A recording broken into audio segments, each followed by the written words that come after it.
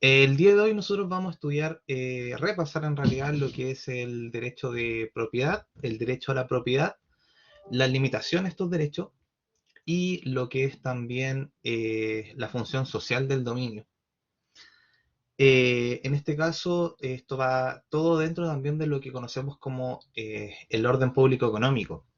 Son parte de estos artículos. Por lo tanto, ideal que si tienen la Constitución a mano, tengamos ahí presente el artículo 23, 24 y 25, que vamos a ser los artículos que vamos a ver en esta clase.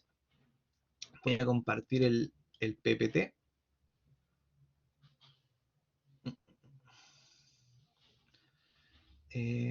Propiedad. Perfecto.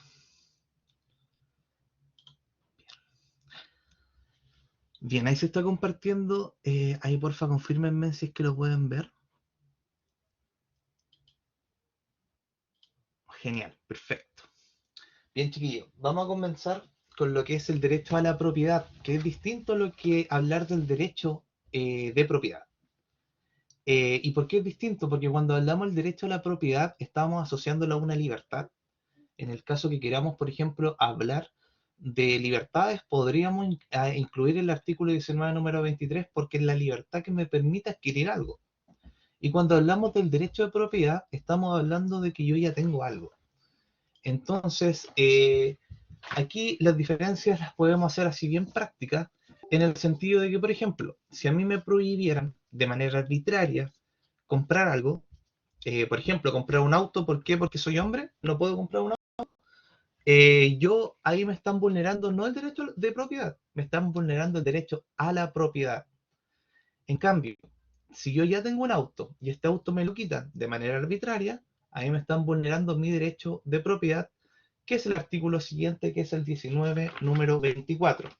Por esto, cuando le pregunten derecho a la propiedad, no digan el 24, el 23, y cuando le pregunten derecho de propiedad, estamos hablando del 24. Bien. Cualquier duda, chiquillo, me preguntan nomás, me interrumpen como ustedes quieran. Perfecto. Entonces, en el artículo 19, número 23, nos dice que la libertad para adquirir el dominio de toda clase de bienes, excepto aquellos que la naturaleza ha hecho común a todos los hombres, porque le deben pertenecer a la nación o la ley lo declare así, sin perjuicio de lo prescrito en los preceptos de esta Constitución. Esa es la parte más importante, diría yo, porque ahí vamos a ver lo que es el derecho minero, las concesiones de agua, entre otras cosas. Bien, entonces, como les decía, acá en el 19, número 23, consagramos la libertad para adquirir el dominio de toda clase de bienes. Entendemos por toda clase de bienes que existen cosas reales y cosas incorporales. Cuando hablamos de cosas reales, estamos hablando de un celular, un auto, una casa, pero también existe propiedad sobre las cosas incorporales. El Código Civil dice que las cosas incorporales, los bienes incorporales son los derechos. Y de eso tenemos propiedad. Yo, por ejemplo, si alguien me debe dinero, yo tengo el derecho sobre esa deuda. Por lo tanto, podría vender esa deuda, podría transferir a los herederos o directamente disponer de esa deuda. Bien, entonces nos consagra esta libertad de que podemos adquirir cualquier tipo de bien con ciertas limitaciones. Aquí las limitaciones es lo que nosotros tenemos que tener mucho ojo, que podemos distinguir tres. Primera limitación que encontramos acá son aquellas cosas que la naturaleza le ha hecho comunes a todos los hombres, como por ejemplo el aire, ¿cierto? El aire, ni por mucho que queramos, no podemos encapsularlo y poner a vender el aire. Lo mismo el alta mar, son cosas que por su naturaleza todavía nos es imposible hacerla susceptible de dominio, por ende es para todos. Pero estoy seguro que el día que podamos encapsular el aire y venderlo, se va a hacer y va a ser susceptible de apropiación. El tema es que ahora la naturaleza no nos permite directamente tomar el aire y venderlo, ¿cierto? Bien. Una segunda categoría que encontramos acá en el artículo 19, número 23, también son aquellos que tienen que ver con su función y su uso. Estos bienes prestan un servicio o una función a todos, como por ejemplo una plaza pública, una cancha pública. Es por esto que, por ejemplo, puede haber una plaza pública y por mucho que un vagabundo duerma todos los días, hace más de 10 años en una plaza pública, él nunca va a poder cerrar esa plaza ni hacerse dueño de ella, por mucho tiempo que lleve ahí ocupándola para vivir, esa plaza le pertenece a todos. Nunca esa plaza va a ser susceptible de apropiación particular. Y la tercera clase de bienes que no tenemos libertad de adquirir, nos dice que son sin perjuicio de lo prescrito en otros preceptos de esta Constitución. Esto no hace que esta clasificación de cosas que no podemos adquirir no sea taxativa. Cuando hablamos de que algo es taxativa, estamos diciendo que son esto y este, punto. Entonces, cuando decimos que no es taxativo, significa que nos deja una puerta abierta para incluir otras cosas que podemos limitar la adquisición del dominio. Siempre y cuando sí estén dentro de la Constitución.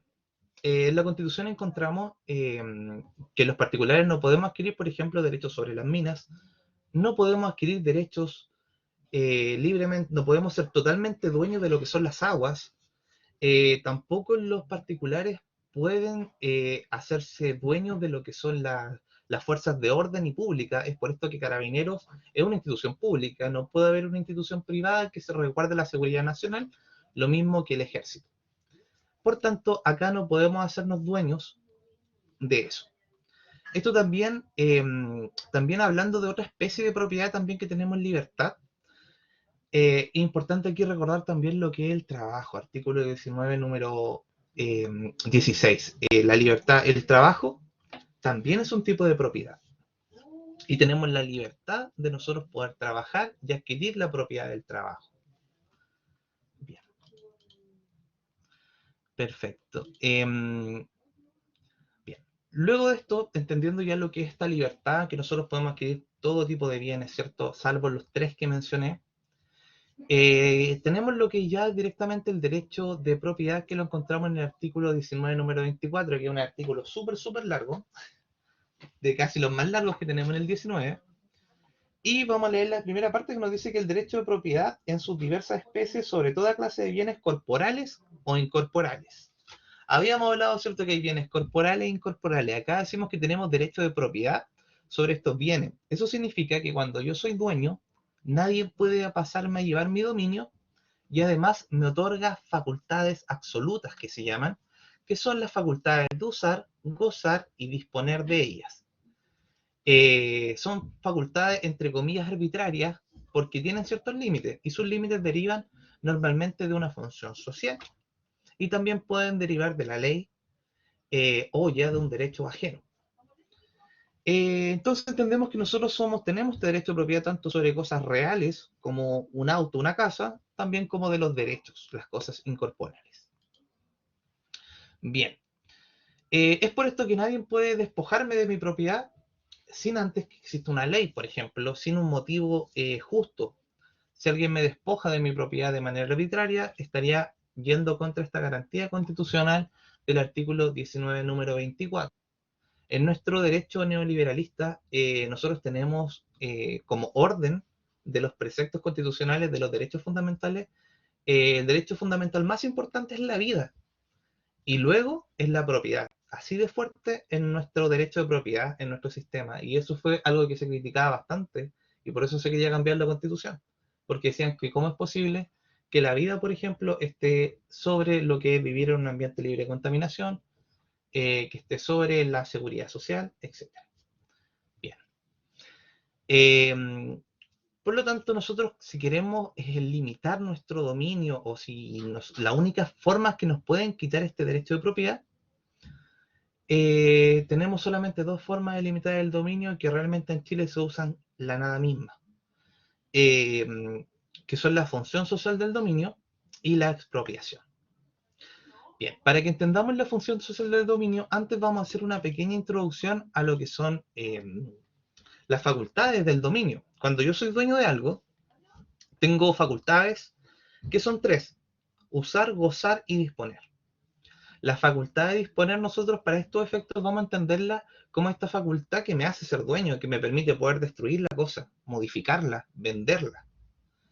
La facultad de usar me permite usar la cosa, disfrutar de ella. Si tengo una casa, poder vivir en ella. Y la facultad de goce me permite hacer dinero, ganar con los frutos que produzca esto. Por ejemplo, tengo una casa, la arriendo, puedo arrendarle y ganar dinero. Eso es facultad de goce. Cuando hablamos de la función social del dominio, estamos diciendo que nosotros nos vamos a perder la facultad de disposición, vamos a seguir siendo dueños, pero sí nos van a limitar algo. ¿Y qué nos van a limitar? El uso o el goce de nuestra cosa. Cuando hablamos en cambio de la expropiación, aquí estamos hablando de que la persona va a perder la disposición, va a perderlo todo. Acá la expropiación, la persona pierde directamente el bien y se queda sin nada. En cambio, con la función social del dominio, sigue siendo el dueño, pero se ve limitada a sus facultades. Bien. Entonces, esta función va a limitar la propiedad, va a limitar las facultades del dominio, la función social del dominio. Los motivos para que opere esto son taxativos. Estos sí que son taxativos, son estos 4 y nada más. Igual son amplios cada uno, y los podemos estar dentro del artículo 19, número 24, y encontramos el interés general de la nación, encontramos la seguridad nacional, la utilidad y salubridad pública, y la conservación del patrimonio ambiental, que es otro derecho constitucional del artículo 19, número 8. Bien. Interés general de la nación, en palabras simples, tenemos que entenderlo como una zona que la comunidad necesita. Por ejemplo, si estamos en un barrio y no hay ninguna plaza, la comunidad necesita una plaza. En ese caso, imaginemos que necesitamos una cancha de fútbol, por ejemplo, para la comunidad, y hay un vecino que tiene un terreno ahí vacío. Tiene su casita, pero un terreno así pelado. ¿Qué vamos a hacer con este vecino? Le vamos a pedir que nos permita utilizar la cancha que él tiene, cancha privada, en razón de una función social. Por lo tanto, este vecino va a seguir siendo dueño de la cancha, pero no va a poder disponer de ella, no va a poder venderla, no va a poder, por ejemplo, construir una piscina en la cancha, porque esto ya se prestó para una utilidad social. También proteger la seguridad nacional. Entendemos también que esto tiene que ver más bien con funciones de proteger las fronteras, proteger el dominio, y la utilidad, salubridad pública. También esto se refiere a la garantía constitucional de vivir en un medio ambiente libre de contaminación. Por ejemplo, si hay una empresa y una empresa está botando sus desechos, haciendo un hoyo, por ejemplo, botando los desechos y contaminando la agua subterránea, y esto obviamente hace que los vecinos no puedan utilizar el agua de puntera para regar, vamos a también aplicar esta función social del dominio para decirle a este vecino que no puede botar la basura en su terreno. Y uno entenderá que, claro, cuando uno es dueño de un terreno puede hacer lo que quiere prácticamente. En este caso se lo vamos a limitar. Bien. Y la conservación del patrimonio ambiental tiene que ver igual con el tema de vivir en un medio ambiente libre de contaminación, con los que les decía anteriormente. ¿No tienen alguna duda? ¿Algo está ahí?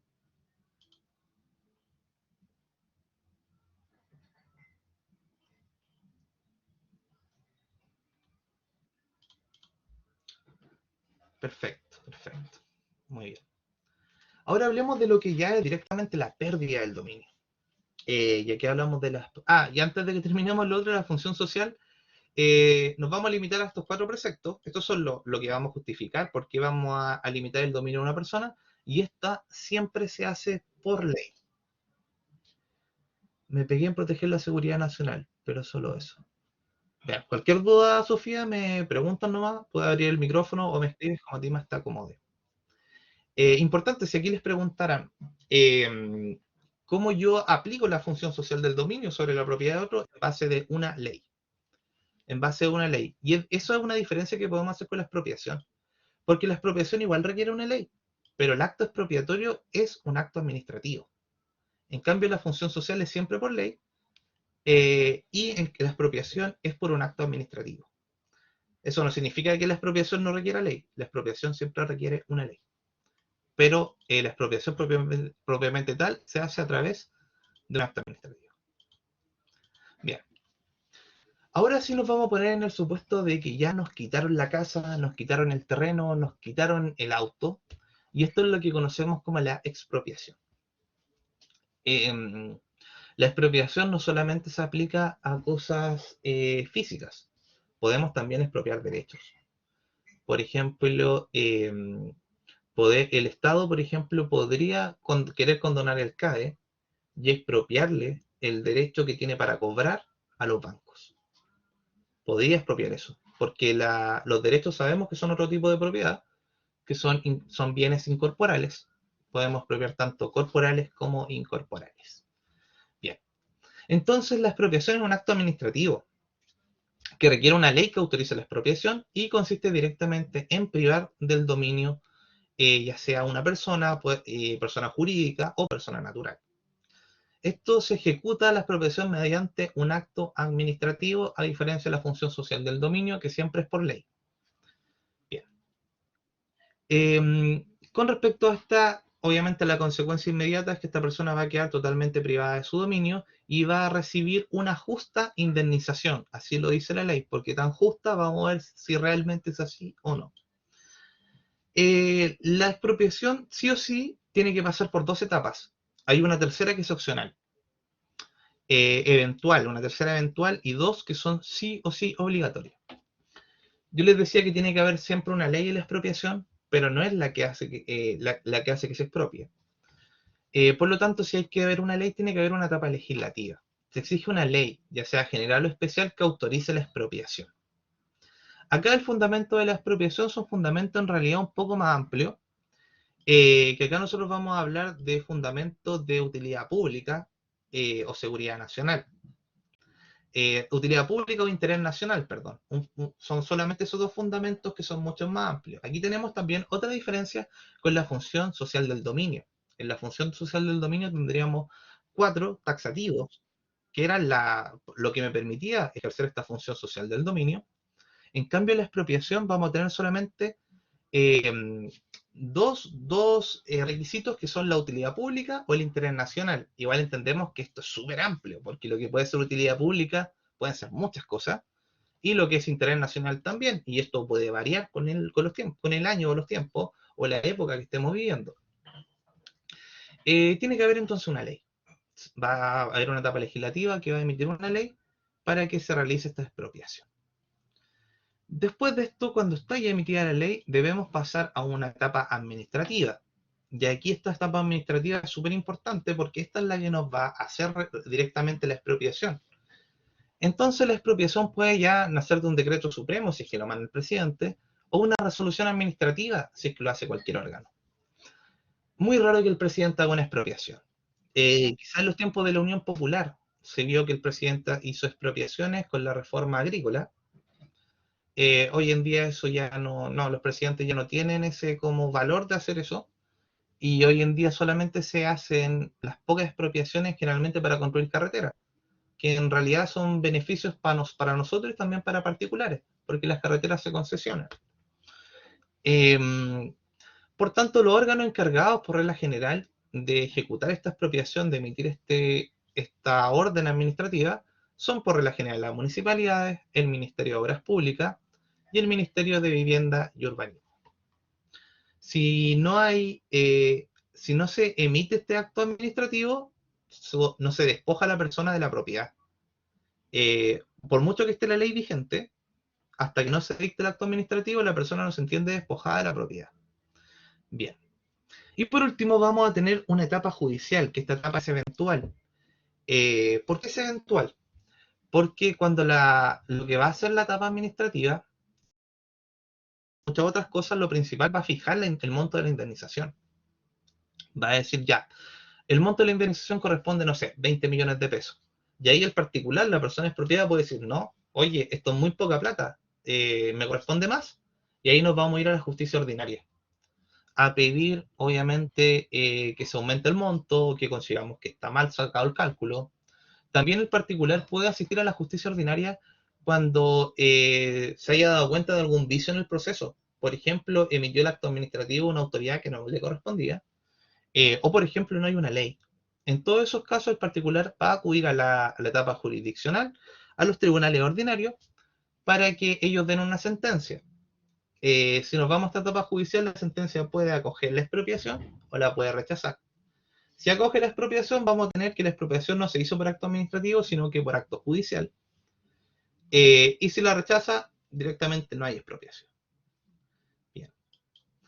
La regla general es que el dinero que se acuerde en la expropiación sea de común acuerdo entre las partes.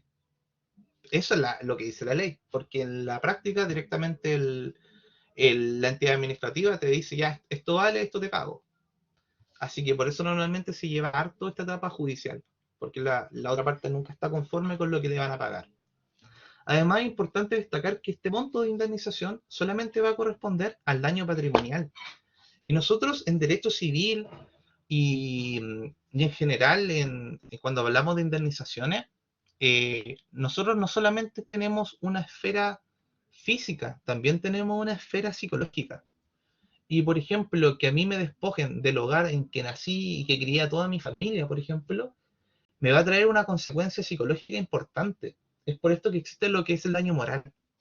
Esta indemnización no considera el daño moral, y esto es algo que sí es súper criticado de nuestra expropiación, y yo por eso también la considero injusta, porque solamente va a pagarte lo que vale tu casa y tu tierra, pero todo el problema psicológico, quizás te va a tener que cambiar a otro barrio, quizás tus hijos van a tener problemas para adaptarse, etcétera. Todo eso es un daño moral, un daño que en la psique de la persona que también debería ser indemnizable. Y esto es lo que se ha llevado muchas veces a juicio, estas expropiaciones, por lo mismo. Pero la ley solamente dice que se indemniza el valor de la propiedad y no el sufrimiento interno de la persona. Bien. Perfecto. Bien. Otra cosa importante del acto administrativo, en general vamos a ver también cómo las funciones. El acto administrativo es el que va a disponer directamente la fecha de que se va a hacer esta expropiación, la individualización del bien, el rol de avalúo fiscal, la disposición legal, que en la etapa legislativa nos dijeron, aquí está la ley, expropia, para que haga procedente la expropiación. Y después de eso va a tirar una orden administrativa que nos va a despojar de la propiedad. Aquí tenemos unos plazos, en general no se lo aprendan porque nunca se respetan, pero son 60 días desde que se hace el acto administrativo. Esto es lo que le estaba mencionando con respecto a la indemnización, que corresponde solamente a daño patrimonial. Bien, bien. Esto sería con respecto a la expropiación y la función social del dominio, que lo encontramos en el artículo 24, un artículo súper largo. Ahora vamos a ir con las últimas partes ya del artículo 19, número 24. Si no tienen alguna duda, continuamos.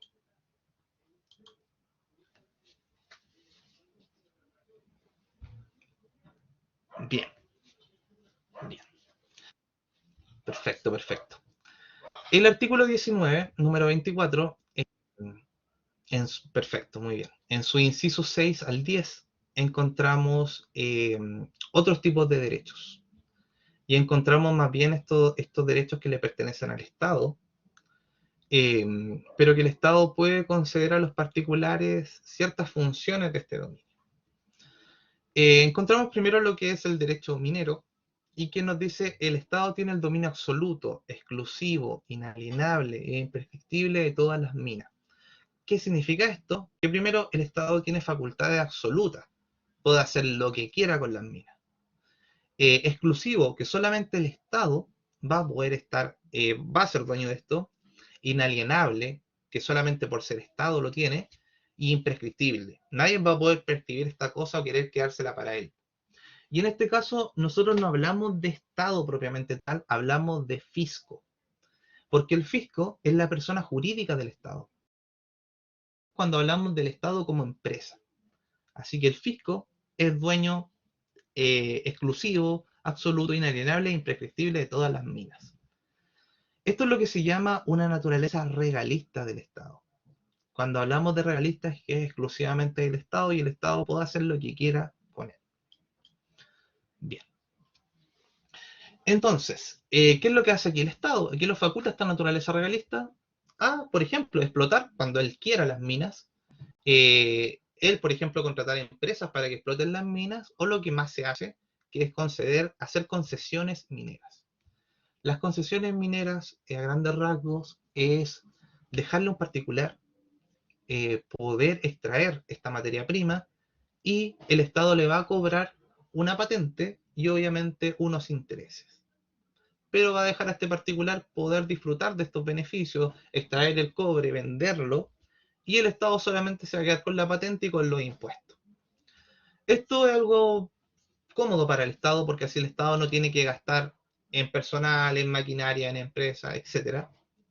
Pero el Estado también lo hace. Codelco es mayormente público, mayormente el Estado fisco, que el Estado también explota lo que el cobre, pero en general conceden, hacen estas concesiones. Por ejemplo, está la minera escondida, que esa es una concesión que el Estado le dio a una empresa para que pueda explotar el mineral.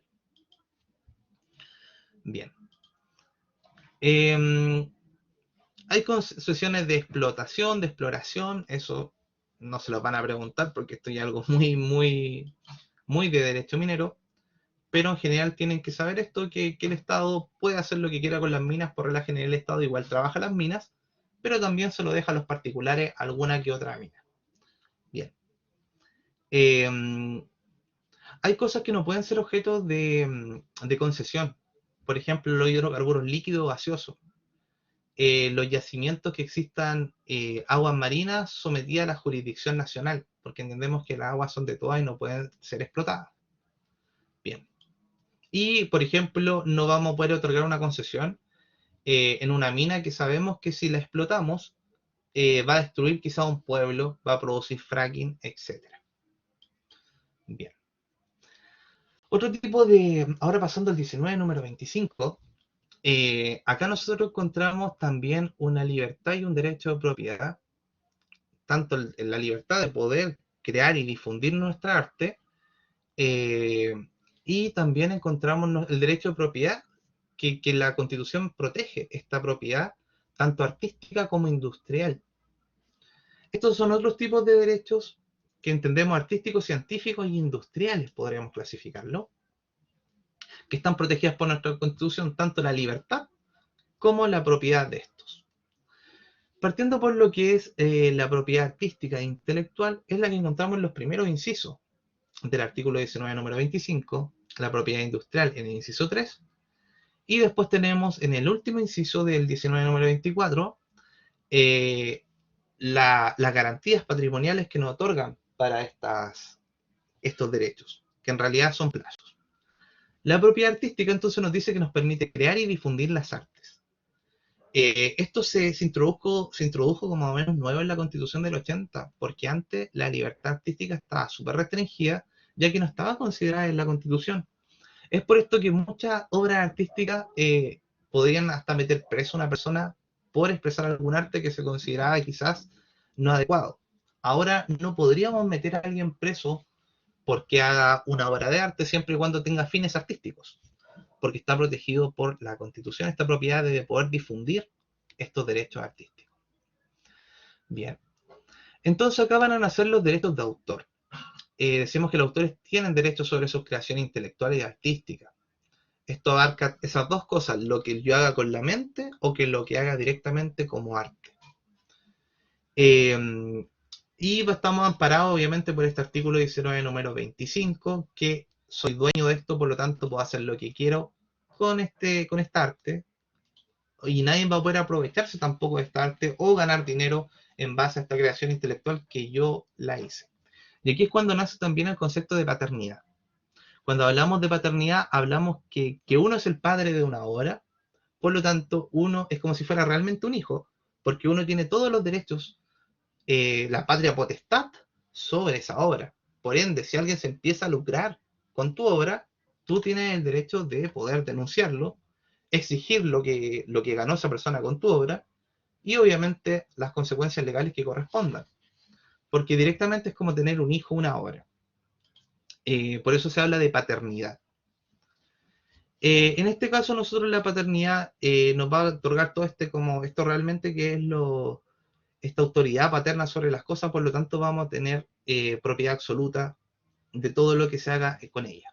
No es absoluta esta propiedad intelectual dura toda la vida del autor y luego puede durar hasta 70 años más. Pero hasta ahí, hasta toda la vida del deudor o hasta 70 años más. Bien. Existe otra especie de propiedad, que es la propiedad industrial, Y esto también son más bien también cosas incorporales, que no podemos ver o que no podemos tocar. Tenemos lo que son las patentes, las marcas comerciales, los modelos, los procesos tecnológicos u otras creaciones analógicas. Bien, cuando hablamos de otras creaciones analógicas entendemos que cualquier otro mecanismo para modernizar algo está protegido por esta propiedad industrial. Por ejemplo, una propiedad analógica sería, por ejemplo, la persona que creó el Excel. El Excel creó una aplicación para la empresa. Está protegida sobre la propiedad industrial. Acá entendemos que esta igualdad es el intelecto de las personas, pero con un fin de explotar alguna empresa o alguna cosa económica. Entendemos por patente de invención es directamente que nosotros hayamos realizado este invento primero y lo hayamos inscrito. Por lo tanto, vamos a tener el derecho exclusivo sobre esta patente, sobre este invento. También podemos tener derechos sobre marcas comerciales, por ejemplo, la Coca-Cola es una marca que está patentada. Por lo tanto, nadie va a poder usar esa marca para ningún producto, absolutamente ningún producto, solamente el dueño puede usar su marca. Obviamente todas estas patentes, estas marcas, estos procesos también que nosotros podemos modificar, eh, cambiar las jornadas, por ejemplo, como le decía la persona que inventó el Excel o que invente cualquier otra aplicación para modernizar el trabajo, para que tengan protección, tienen que siempre estar inscritos. Hay un registro de marca, hay un registro de patentes, tiene que estar, una institución pública que se llama el INDAP. Ahí también podemos inscribir estos procesos. Por ejemplo, la persona que creó en la universidad la aplicación, que era un estudiante, no eran de la universidad, él inscribió también, y es por esto que tiene este derecho exclusivo sobre esta aplicación y todos los ingresos que generen de esta aplicación para esa persona. Porque inscribió esto directamente en el INDAP. Bien. Eso con respecto a todo el derecho de propiedad, en este caso ya repasamos artículos número 23, 24 y 25. Chiquillos, hasta ahí, ¿les quedó todo claro? ¿Les queda alguna duda?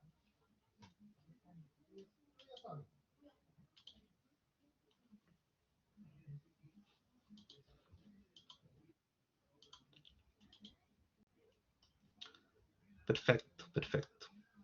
Bien, eso es lo importante. Ideal que sacan un paralelo ahí con lo que es la función social y la expropiación. Eso es bastante preguntable. Que sepan que existen tipos de propiedad. Con respecto a las concesiones mineras, no van a entrar más en detalles porque no estamos en derecho minero. Eh, pero eso es como lo más fundamental y que sepan distinguir lo que es el derecho de propiedad y el derecho a la propiedad.